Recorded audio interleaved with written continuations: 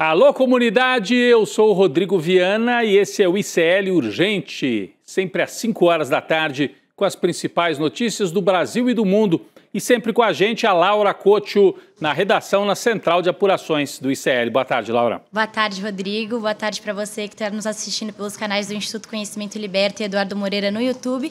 E muito boa tarde para você que está nos ouvindo pela Web Rádio São João, em Quixadá, no Ceará, e pela Rádio Cultural FM, no Rio Grande do Sul. Vamos lá, Rodrigo. Vamos lá, deixa o seu like na nossa transmissão, que assim você ajuda o conteúdo do ICL a se espalhar cada vez mais. Muito boa tarde, boa noite, bom dia para você que nos escuta também pelo Spotify. Eu sei que tem muita gente aí nos escutando também aí em outras plataformas, essas plataformas de áudio. Boa tarde para você que mora nesse país em que já temos mais golpistas a caminho da cadeia. Agora é a turma do Núcleo 4. Começou hoje o julgamento. A gente já teve a condenação do Núcleo 1, o núcleo crucial do Bolsonaro, dos generais, e hoje começou o julgamento da turma que ajudou a espalhar fake news. A Procuradoria pediu a condenação de todo mundo, os advogados já falaram. Daqui a pouco vamos trazer mais informações sobre isso. São os amigos do Jair também a caminho da condenação e da cadeia. Já já esse será um dos nossos destaques. Mas agora vamos para o noticiário internacional e que tem tudo a ver com o Brasil, hein? O encontro entre Brasil e Estados Unidos para negociar o tarifaço. Olha esta manchete que está aí na tela. O ministro das Relações Exteriores do Brasil, Mauro Vieira, já está em Washington para se reunir nas próximas horas ou nos próximos dias com o secretário de Estado dos Estados Unidos, o Marco Rubio. Então esse é o Mauro Vieira e esse é o Rubio. Os dois têm o mesmo cargo. O Rubio, quando a gente fala secretário de Estado nos Estados Unidos, quer dizer ministro das Relações Exteriores, né? E ele é um direitista, é um homem aí conservador, com um discurso muito duro contra qualquer coisa que ele considera de esquerda, e ele foi nomeado pelo Trump para fazer essa negociação com o Brasil. E aí é um bom sinal que o Mauro Vieira já tenha ido para Washington e esteja esperando este encontro. E esse encontro, que pode acontecer nos próximos dias, né, ele indica o avanço das negociações entre os dois países depois daquela conversa virtual entre Lula e Trump. Segundo Mauro Vieira, a expectativa é de que a reunião com o Rubio aconteça até o fim desta semana. É um assunto para a gente ficar de olho. Esse encontro entre os dois ministros, né, o Rubio e o Vieira, vai definir se teremos ou não uma reunião presidencial, aí sim, entre Lula e Donald Trump. Vamos aguardar, são sinais positivos caminhando, né, de que o tarifaço pode ser diminuído, reduzido, né? Pode haver, eu não diria que todas as tarifas serão tiradas, mas redução naquele tarifaço baixado pelo Donald Trump. Ainda no noticiário internacional, agora o Oriente Médio. Impasse na faixa de Gaza. O grupo Hamas só devolveu até agora 4 dos 28 corpos de israelenses que foram mortos no conflito e que estavam como reféns também, né, do grupo Hamas. Com isso, com o cessar-fogo, tinha ficado decidido que o Hamas deveria libertar todos os reféns restantes, os vivos, e devolver todos os corpos daqueles que foram mortos, dos israelenses, né? E isso deveria acontecer num prazo de 72 horas depois do anúncio do cessar-fogo, ou seja, a data era hoje. Esse episódio, o fato do Hamas só ter devolvido 4 dos 28 corpos que estavam prometidos, isso pode paralisar o avanço do acordo de paz entre Israel e Palestina. Enquanto eu falo, você tem aqui no telão imagens emocionantes de reféns libertados, de famílias que se reencontram, né? Mas tem também esta pressão por parte de Israel, onde estão os corpos dos reféns. A Laura Couto tem mais detalhes sobre isso. Rodrigo, essa notícia é o primeiro abalo no acordo de cessar-fogo em Gaza. O Fórum Israelense de Reféns e Famílias Desaparecidas disse que ficou chocado e consternado com a notícia de que apenas 4 corpos seriam devolvidos. Mas essa demora já era esperada. O Hamas já havia informado antes que não tinha localização exata de todos os corpos dos reféns mortos, que são vítimas de uma guerra que dura mais de 2 anos, né, Rodrigo? E hoje o ministro da Defesa israelense afirmou que a demora na entrega configura uma violação, mesmo com a sinalização do Comitê Internacional da Cruz Vermelha de que o processo deve demorar algumas semanas. E em nota à imprensa, a Cruz Vermelha afirmou que está garantindo que o transporte ocorra em condições dignas com a disponibilização de veículos refrigerados. Mas ressaltou que isso é um desafio ainda maior do que libertar pessoas vivas, Rodrigo. É isso, você imagina um território que foi bombardeado em meio a destroços, né? Os reféns que estavam vivos estavam localizados em pontos muito bem organizados aí pelo Hamas, já foram devolvidos. Agora os corpos, infelizmente os corpos dos israelenses estavam espalhados em túneis, em locais de difícil acesso e o Hamas não tem mobilidade suficiente para recolher todos esses corpos. É essa a justificativa, mas diz que vai fazer essa devolução ao longo das próximas semanas.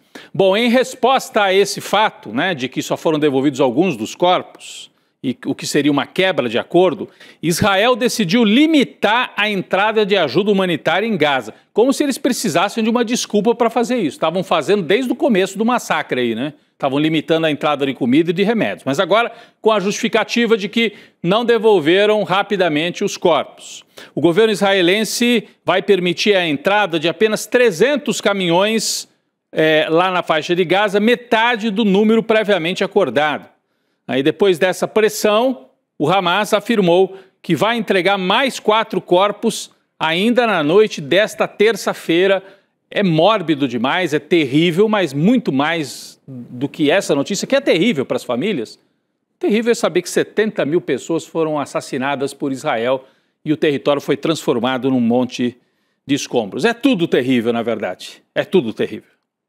Bom, o cessar-fogo não acabou com a matança ainda, hein, dos palestinos. Hoje, soldados israelenses assassinaram 5 palestinos no bairro de Shejaia, na cidade de Gaza. Está a manchete aqui na tela. 5 palestinos mortos pelas forças, aliás, israelenses em Gaza.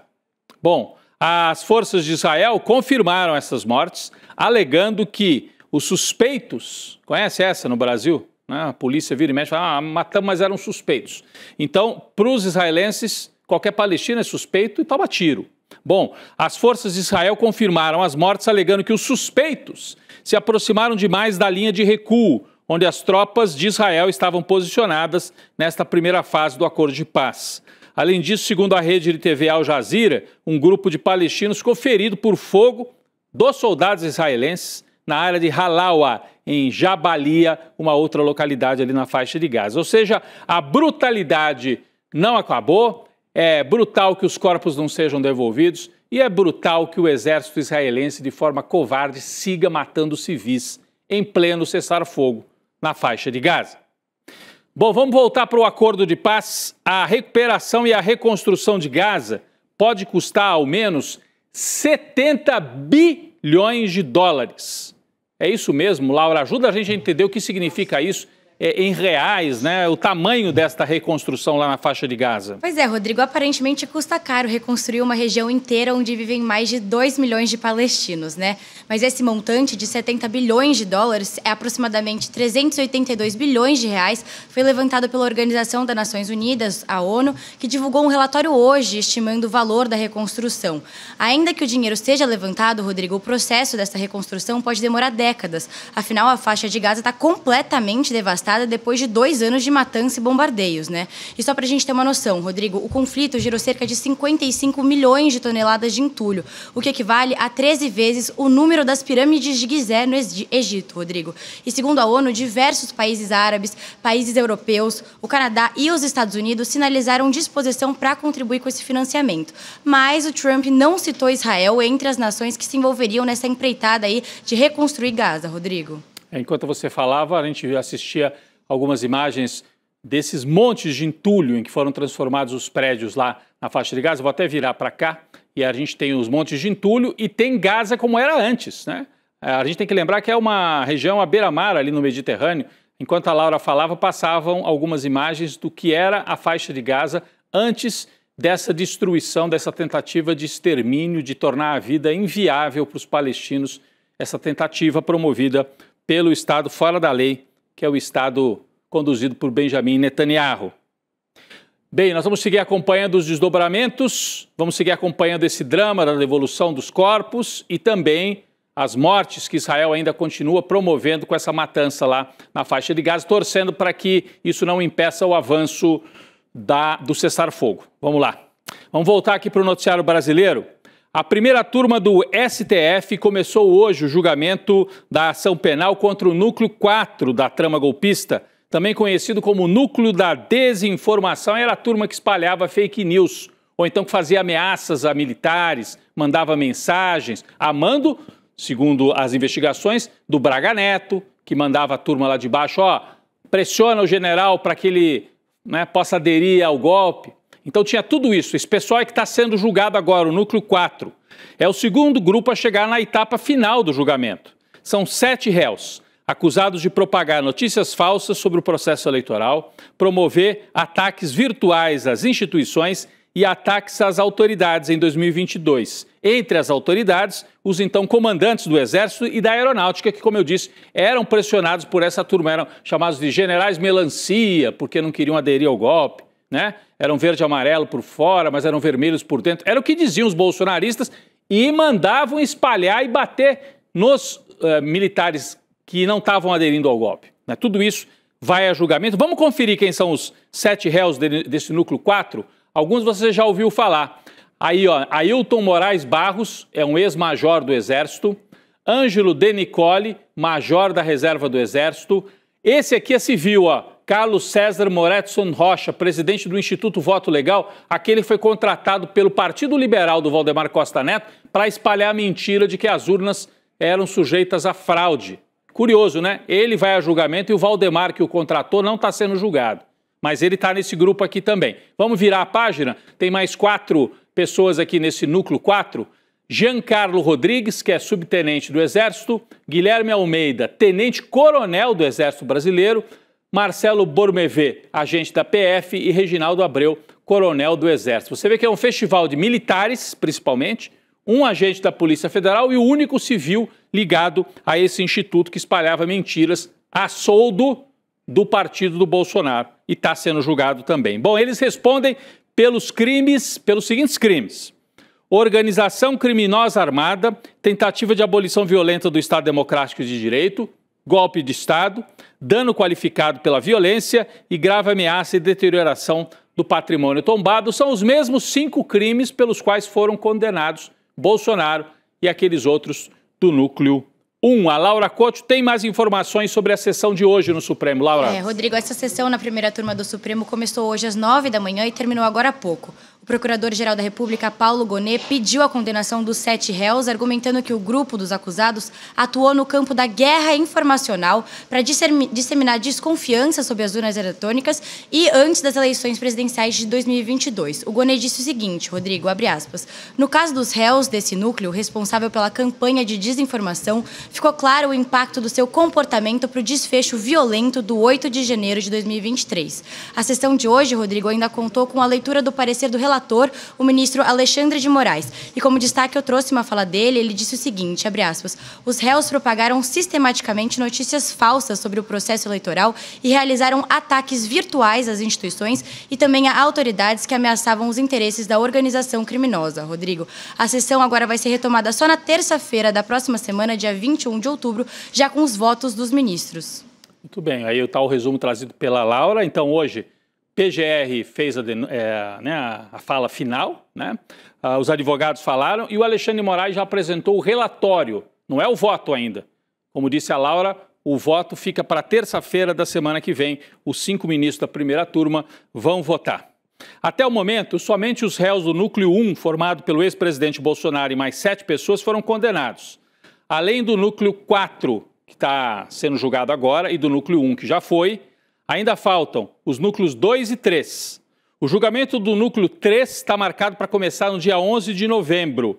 E o grupo 2 será julgado em dezembro. Então a gente tem agora o núcleo 4 em outubro, aí em novembro mais um, e em dezembro finaliza. Finaliza não, porque fica faltando um personagem que vai ser julgado isolado dos outros, que é o assessor o papagaio de pirata do Eduardo Bolsonaro, o blogueiro Paulo Figueiredo, neto do ditador João Figueiredo. Ele foi denunciado, ele virou réu, ele está sendo julgado à revelia, né? E aí não há previsão ainda para quando ocorrerá o julgamento do Paulo Figueiredo, enquanto os outros núcleos devem estar concluídos no mês de dezembro. Pessoal, ainda em Brasília, mas saindo do Judiciário e atravessando ali a Praça dos Três Poderes, vamos falar sobre a reação do governo Lula a esta derrubada da medida provisória ocorrida na semana passada com votos do Centrão. Então o Lula está mandando ir para cima do Centrão. O governo diz que dessa vez não vai perdoar os infiéis, né? Já teve tanto acordo com o Centrão, mas parece que dessa vez estão indo mesmo para as demissões, hein? O Lula mandou fazer a lista de quem tem cargo no governo e começou as demissões. Até agora, 380 filiados a partidos do Centrão que tinham cargos na esplanada foram exonerados. O União Brasil lidera esta lista. Aqui tem, se você não tá assistindo a tela, está só nos ouvindo, vale a pena olhar agora aqui para a tela. Nós temos aqui um quadro. União Brasil, 119 cargos foram cortados do União Brasil. O MDB, 112 cargos. O PSD do Kassab, 63 cargos. O Progressistas, 48 cargos. E ali, por último, Republicanos, 36 cargos também cortados. Era gente que estava aí segundo escalão, terceiro escalão, mas com cargos importantes. Caixa Econômica Federal, Codevasf, assessorias importantes de ministérios. O Lula mandou fazer um pente fino e deputado que votou contra o governo e tinha feito indicação de assessorias aí para esses cargos, está cortando tudo, né? Começou a disputa aberta aí para 2026. O Palácio do Planalto fez um mapeamento detalhado de votos e ausências durante a análise da MP, aquela que tentava compensar o IOF, né? A determinação de Lula é fazer esse pente fino nos ministérios estatais, superintendências em todo o país, substituindo aliados do Centrão, que votaram contra o governo, por nomes de parlamentares que se mantiveram fiéis na votação da medida provisória, ou que pelo menos se abstiveram. É o caso do Arthur Lira, hein? Arthur Lira não é que se absteve, ele faltou na votação e, por enquanto, conseguiu manter a presidência da Caixa Econômica Federal, que é uma indicação dele. Bom, quem também se pronunciou sobre os próximos passos do governo para compensar essa manobra feita pelo Centrão, que cortou, né, dinheiro que ia entrar para o orçamento federal, quem se pronunciou foi o ministro da Fazenda, Fernando Haddad. Nós temos a fala do Fernando Haddad, é isso, Laura? O ministro da Fazenda, Fernando Haddad, diz que o governo está avaliando todos os cenários possíveis para equilibrar as contas de 2026. Em entrevista coletiva, o Haddad afirmou que a decisão de preservar ou não o orçamento do ano que vem vai depender da decisão do presidente Lula. E tem mais, Rodrigo, ao ser perguntado sobre os cortes de 7 bilhões de reais em emendas parlamentares como uma das possibilidades para equilibrar aí o orçamento do ano que vem, o ministro Fernando Haddad respondeu que pode haver um corte ainda maior do que os 7 bilhões, Rodrigo. Esse é o grande medo, né? O grande medo da turma do Centrão é cortar emenda parlamentar, porque são as emendas que dão aquela engraxada, sabe como é que é? Ajudam a manter ajuda os deputados a manter os seus mandatos, né? As emendas vão lá para a base e com isso os prefeitos apoiam e aí eles conseguem os votos para manter esta máquina da direita funcionando no Congresso Nacional. Bom, mesmo com o governo federal batendo no peito e dizendo que está cortando e tal, e os infiéis perdendo cargos, alguns aliados do ex-presidente Bolsonaro consideram que essas exonerações podem até ser algo positivo para a extrema-direita. Por quê? A avaliação é que esses partidos do Centrão, como União Brasil e o PP, podem se irritar com o governo, com esses cortes aí de cargos, e acabar estreitando ainda mais os laços com o Bolsonaro. Mas essa turma já está no barco do Bolsonaro, não vai fazer diferença. É a minha impressão. Eles já estão, e até esse voto deles é o maior sinal de que eles já estão embarcados com a candidatura da extrema-direita, né? A expectativa dos líderes bolsonaristas é aproveitar esse momento de reorganização da base governista no Congresso para impor novas derrotas ao Palácio do Planalto e, quem sabe, com isso, aprovar até a anistia do Bolsonaro. Essa aí vai ser mais difícil, hein? Podem até tentar aprovar na Câmara, é pouco provável, mas se passar na Câmara não passa no Senado. A anistia está com um caminho travado no Congresso. Falando nisso, gente, falando no projeto da lei de anistia, vocês sabem que aquela ideia agora que está em voga é a do Paulinho da Força, que é esse que está aqui no telão, né? Em vez de uma anistia aberta, fazer uma dosimetria, diminuir as penas para o Jair Bolsonaro, para ver se com isso ele fica menos tempo na cadeia.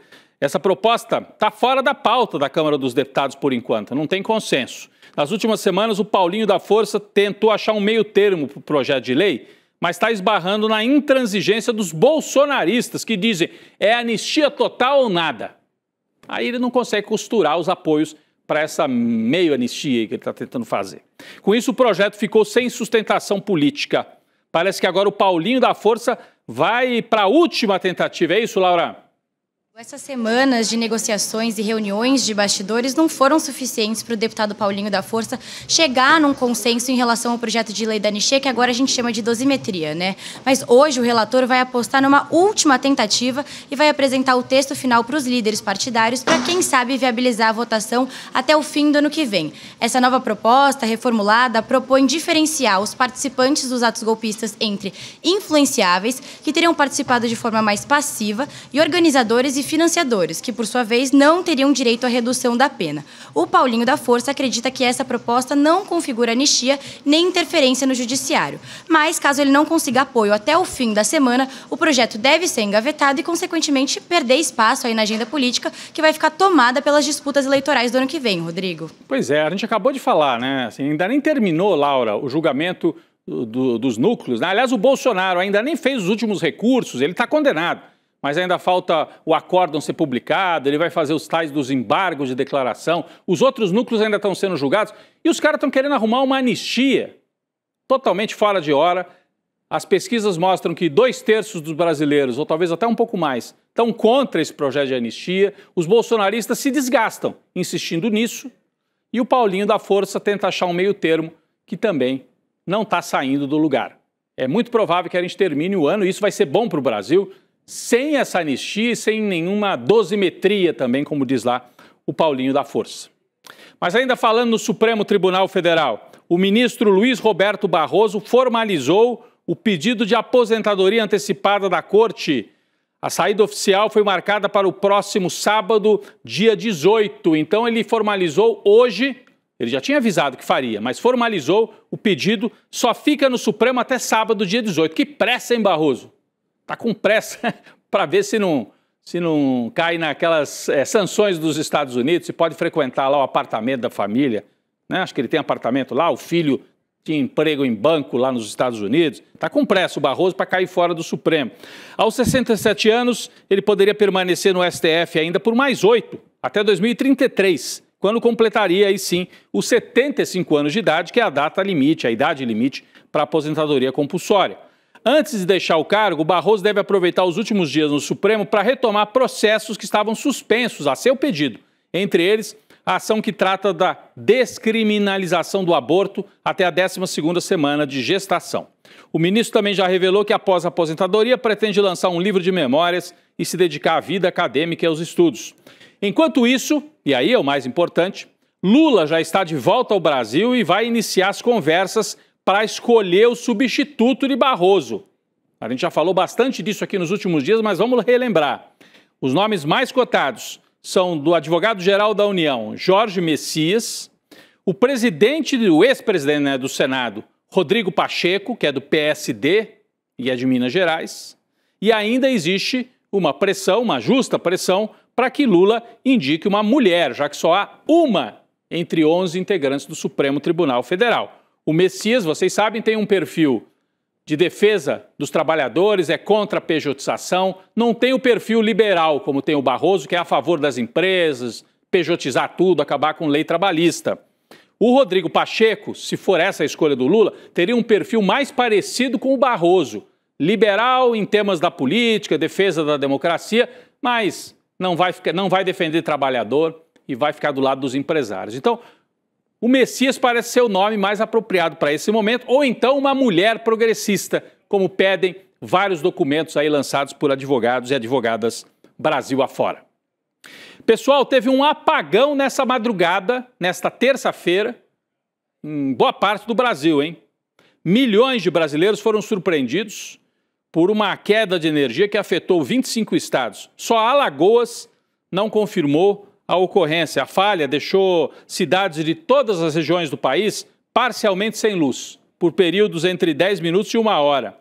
A gente tem um vídeo aqui que mostra o aeroporto Santos Dumont, no Rio de Janeiro, apagado, olha aí, ó, completamente apagado, foi a hora que faltou luz lá no Rio de Janeiro. Em resposta ao ocorrido, o ministro de Minas e Energia, o Alexandre Silveira, informou que o apagão foi provocado por um incêndio num reator da subestação de Bateias, no Paraná, um ponto estratégico da rede de transmissão nacional. O Alexandre Silveira também afirmou que foi um problema de estrutura e não uma falta de energia. Como é que é? Bom, vamos ver. Vamos ver o que ele disse. Nós acionamos um grupo, que é o Grupo Especial de Resposta Rápida, entra a ONS, a ANEEL, Ministério de Minas e Energia, o Secretário Nacional de Energia, o presidente da ONS e, sobre a nosso comando, imediatamente entraram e restabelecemos em 1h30 100% de todos os estados. É a demonstração da robustez da nossa transmissão nacional. É importante que a população entenda o que acontece nesse momento. Não é falta de energia, é um problema na infraestrutura que transmite a energia. Bom, o problema na infraestrutura que transmite energia também é sério, gera apagão. O que ele está querendo dizer é que não foi como aquele apagão da época do Fernando Henrique, onde por falta de investimento o Brasil estava chegando no limite e havia horas em que a qualquer momento poderia dar uma pane geral no sistema. O que ele disse aqui é que nós temos produção suficiente, tem energia suficiente, mas houve uma falha num gargalo lá no Paraná. De qualquer maneira, ministro, é uma falha tão grave que acabou afetando o país inteiro, é para a gente ficar realmente atento a isso. Informação urgente lá da nossa redação com a Laura Couto. Laura. Rodrigo, o Procurador-Geral da República, Paulo Gonet, rejeitou agora o pedido apresentado pelos deputados Lindbergh Farias e Thalíria Petroni para que fosse decretada a prisão preventiva do deputado Eduardo Bolsonaro. Em manifestação encaminhada ao STF, o Gonet afirmou que os parlamentares não têm legitimidade processual para solicitar tal medida de prisão preventiva ao deputado que está autoexilado nos Estados Unidos. Rodrigo, no N2, a gente volta com mais informações. É isso, então, o Gonet disse não ao pedido de prisão preventiva do deputado Eduardo Bolsonaro, que ia ser um pedido nesse momento inócuo, mas é importante que ele seja responsabilizado. De qualquer maneira, o Gonet disse não vamos, a Procuradoria não vai dar andamento a esse pedido, porque os deputados que fizeram não teriam a legitimidade para fazer esse pedido. Daqui a pouco, o Unicel Notícias, segunda edição, mais informações sobre isso, um pequeno alívio aí na vida do Bolsonaro, que está tomando tantas na cabeça, né? Várias e várias aí críticas também, até da direita e do centrão.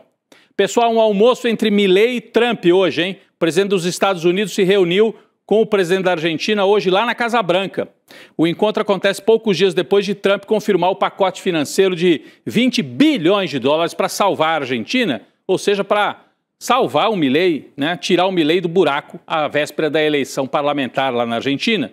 Segundo o secretário do Tesouro dos Estados Unidos, o Scott Bessent, o objetivo é garantir estabilidade aos mercados e fortalecer as reservas internacionais no país vizinho do Brasil. Trump deixou claro que quer que Milei ganhe a próxima eleição com esse pacote financeiro. Falou abertamente isso. Vamos ver, tem um trechinho, né? Vamos lá. It's an honor to have you here, and I just I want to tell you that your career has been an amazing one, and it's going to continue with the election. You're going to win the election. We're going to endorse you. I'm going to endorse you today, fully endorse you. And people in Argentina like me. A lot of people like me. I'm even surprised myself.